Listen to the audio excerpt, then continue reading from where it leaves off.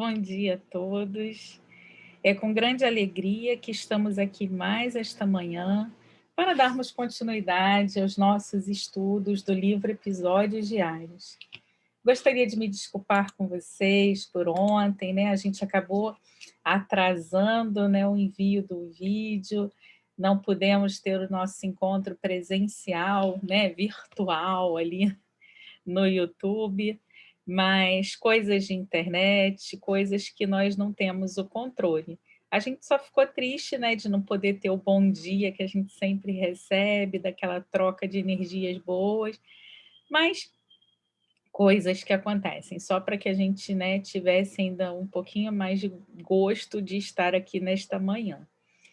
E hoje nós vamos falar de um tema que é a calúnia.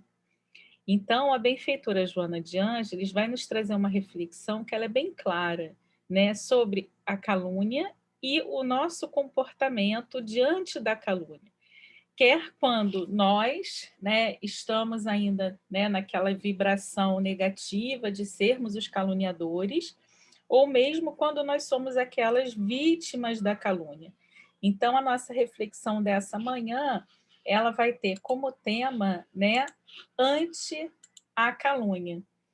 E é uma reflexão lá do capítulo 30. Olha que bacana, já chegamos ao nosso 30º encontro, né? E a gente, quando começou, foi fazendo um dia após o outro, e eu fico muito feliz que a gente esteja conseguindo, né, fazer isso de forma contínua, estarmos aqui juntos, vibrando positividade a cada manhã.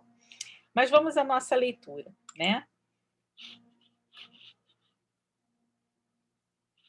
A benfeitora inicia afirmando assim: é inevitável ser vítima da calúnia, que faz parte do orçamento moral de muitas pessoas, a fim de ser apresentada no mercado da leviandade humana. Muitos se comprazem em urdila e desferi-la, por inveja, ciúme ou simplesmente por doença moral. Outros se encarregam de divulgá-la, alegrando-se em fazê-lo, porque também atormentados. Não sintonizes com aqueles que vivem nessa faixa. Igualmente, não te permitas atingir pelas farpas caluniosas que te arrojam. Vive de tal forma que o caluniador fique desmoralizado por falta de provas. Cada dia é lição que se transforma em vida ao longo do teu caminho eterno. Diariamente, surgem episódios de calúnia, intentando alcançar alguém. Assim, perdoa o caluniador. Ele não fugirá de si mesmo. Opa! Contam que uma caluniadora buscou o seu confessor e narrou arrependida a sua insensatez. Pedindo a absolvição para o triste delito, perguntou ao ouvinte atento qual era a sua penitência. Aquele reflexionou, pediu-lhe que fosse ao lar e trouxesse uma almofada de plumas, subisse à torre da igreja e dali as espalhasse ao vento com o máximo cuidado, e após viesse receber a competente liberação. Tão logo terminou de fazê-lo, a confessa retornou e perguntou: e agora? Volta lá, respondeu o sacerdote. Recolhe todas as plumas e refaze a almofada. As calúnias, a calúnia, né, são plumas ao vento que vão sempre adiante para a amargura do caluniador.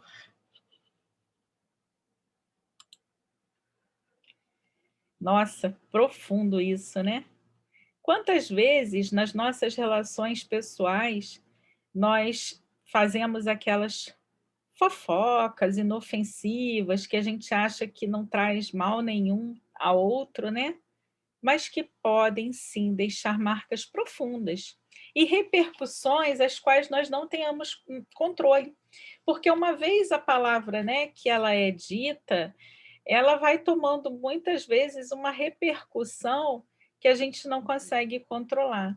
Então, por isso que Joana fala que a calúnia são como essas plumas ao vento, que uma vez que nós falamos, que nós nos colocamos na posição do caluniador, aquilo que nós colocamos, elas se espalham e a gente não consegue mais, né, retroceder. A gente pode até se arrepender de ter feito aquilo, mas aquilo ali já foi feito, aquilo ali já deixou a sua marca, aquilo ali já tem a sua expressão. Então, antes de nós, né, nos colocarmos na posição de falarmos de alguém, né, de expormos a vida de alguém ou uma situação de alguma pessoa, que a gente saiba que toda ação tem uma reação. Né? É mais ou menos como aquela frase de Einstein que nós falamos no nosso encontro, né, há uns 3 encontros atrás, né, que na vida é assim, aquilo que a gente oferece é aquilo que retorna.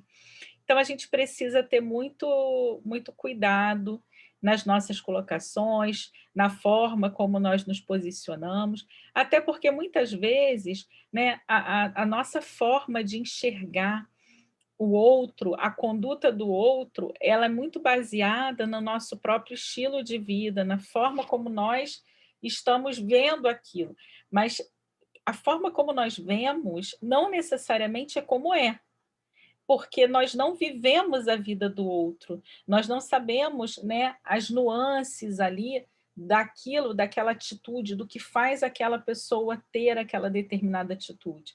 Nós temos, assim, eu costumo dizer que nós temos uma fera, né, interiorizada aqui em nós, e que ela precisa ser acalmada todo o tempo, porque nós temos uma sede, né, de justiça, e só que não é uma justiça, justiça, é meio que uma vingança, e a gente quer sempre acusar, a gente é meio que juiz do mundo, mas engraçado que a gente faz isso para o outro, né? Para a gente, muitas vezes a gente deixa passar um monte de coisa.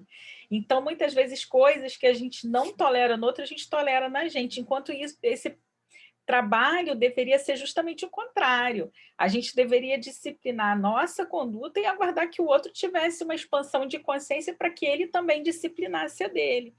Mas a gente não faz isso, né? E por que a gente não faz? Porque a gente está ainda num processo, né, de maturidade emocional que nos faz muitas vezes enxergar no outro aquilo que a gente mascara em nós e que a gente não quer enxergar, porque pode nos trazer um certo sofrimento. Então é mais fácil olhar no outro, que no outro a gente não vai ter que agir, a gente vai só ter que falar, caluniar. Porque aí, quando a gente fala do outro, a gente se coloca numa condição de superioridade, e aí aquilo ali afaga o nosso ego, né?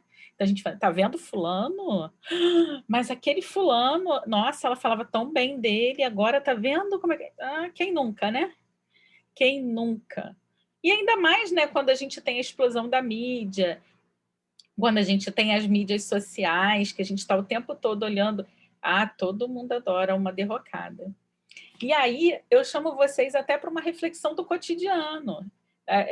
Hoje em dia, qual é o que a gente mais assiste aí quando a gente vê esse Big Brother Brasil, né? Eu não assisto, porque aqui em casa a gente tem uma rotina de dormir muito cedo. Mas é impossível a gente não saber um pouco o que acontece quando você está o tempo todo sendo massificado ali nas redes sociais, no noticiário, nos comentários. Então, eu brinco que eu assisto o Big Brother pela percepção de muitos, pelas notícias. Então, é como se eu assistisse, porque eu não preciso assistir, porque todo mundo só fala disso. E apesar de eu ter a minha opinião pessoal sobre o programa, que não cabe aqui falar, mas eu queria trazer uma ilustração, porque eu sei que é uma coisa que tem se falado muito. Então, nessa temporada aí de Big Brother, teve uma pessoa, né, que era uma ativista, uma pessoa muito destacada na sociedade, que quando chegou na tal da casa do Big Brother, ela teve um comportamento que não foi aquilo que era o esperado pela maioria das pessoas, pelos seus fãs, pelas lideranças e tudo. E aí me parece que agora ela está numa situação assim dela ter saído da casa e está sendo feito até um documentário no qual ela fala sobre o perdão, ela é questionada sobre o comportamento que ela teve dentro da casa, e aí colocaram um telão que ela vai ficar assistindo todos os comportamentos negativos dela ali. E aí eu fico pensando, gente, e as pessoas ainda vão dar ibope para isso. Porque, veja bem, todos nós erramos. Mas olha que legal, a gente vai ver ela ser humilhada publicamente. Gente, é quase apedrejamento em praça pública. O que é isso? Isso dá ibope, isso dá retorno, porque as pessoas querem isso, querem vingança. E aí eu fico imaginando, meu Deus, será que alguém em algum momento está parando para pensar no emocional dessa pessoa? No sentimento? Porque, assim, é claro que ela deve estar ganhando financeiramente para estar se expondo nesse nível, para estar em mídia. Mas será que o retorno que ela vai ter financeiramente vai compensar o retorno emocional, o impacto que isso vai trazer para ela? Sabe? Então eu fico imaginando assim, a nossa sociedade tem muito isso. Nós somos assim. Nós somos esses juízes implacáveis quanto à dor do outro, porque nós temos muita dificuldade de nos colocarmos no lugar do outro. E a gente só se coloca quando a situação reverte, quando nós somos os caluniados, quando nós somos aqueles que sofremos o impacto de uma calúnia. E aí é difícil demais. É difícil porque a gente se sente injustiçado, a gente se sente perseguido. E aí a gente pode buscar dois caminhos. Um é a gente entrar na vitimização e falar, meu Deus, por que fizeram isso comigo? E aí a gente fica magoado, fica rancoroso, fica chateado. Isso não leva para lugar nenhum, porque a gente já estudou aqui, né, em outro texto de Joana, que quando a gente se prende muito a essas vibrações negativas, a gente se fecha a qualquer, assim, qualquer perspectiva de sintonizar, né, com energias benéficas, energias positivas que nos vão fazer sair disso. Mas, ao mesmo tempo, a gente pode pegar aquela situação e continuar.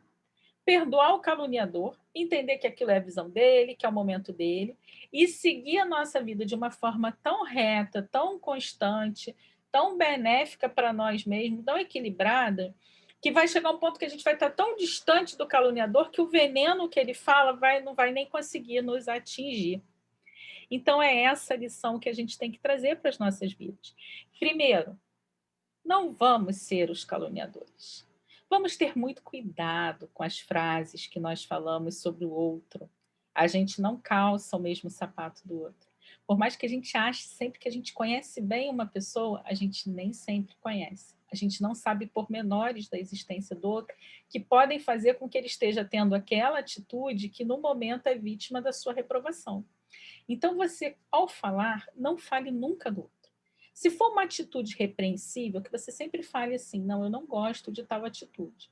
Mas evita falar, poxa, fulano, porque o fulano, a gente também já conversou sobre isso, o fulano está em aprendizado, como nós. Ele hoje pode ter derrapado, mas a gente espera sinceramente que ele reerga e caminhe, porque nós temos esse tratado coletivo, né? Essa coisa da conquista de todos nós. Seria muito bom se todos nós pudéssemos estar vibrando, né, e trabalhando para uma melhoria que fosse comum, né, a todos.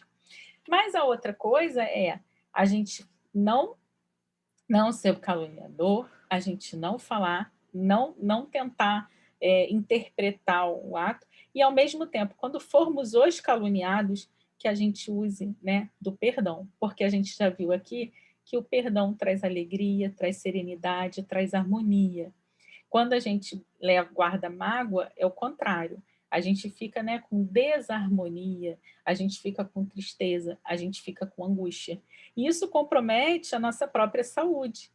Então, que a gente possa, né, trabalhar a nossa saúde física, a nossa saúde mental, buscando sempre trazer para as nossas vidas coisas que nos façam bem.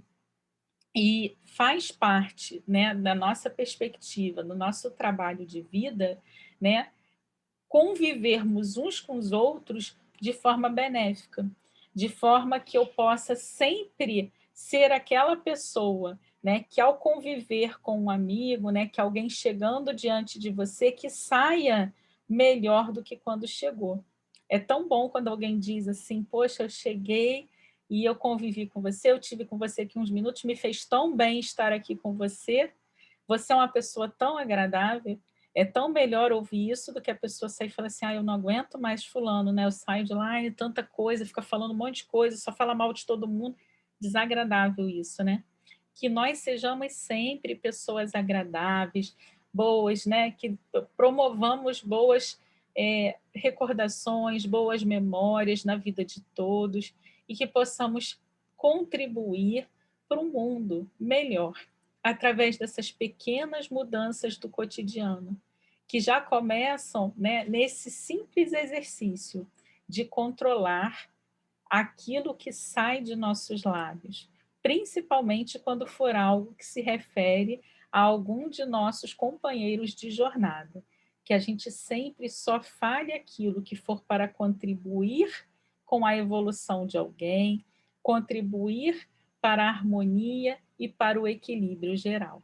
Muita paz a todos. Espero que a internet sempre nos ajude e que a gente não volte a ter mais problemas. Eu espero aqui vocês amanhã, às 7 horas, para a gente conversar um pouquinho sobre a meditação, tá bom? E é legal porque meditação foi uma coisa que me ajudou muito na primeira, né, parte ali da pandemia, na primeira onda de pandemia aqui no Brasil. Eu vou falar um pouquinho da minha experiência e a gente vai conversar um pouquinho, vai fazer a leitura, vamos ver o que Joana de Ângeles nos fala, tá bom? Um beijão grandão a todos, muito amor, muita paz, muito equilíbrio e vamos juntos nessa vibração positiva e tão gostosa passar por esses momentos tão desafiadores com paz no coração. Até amanhã.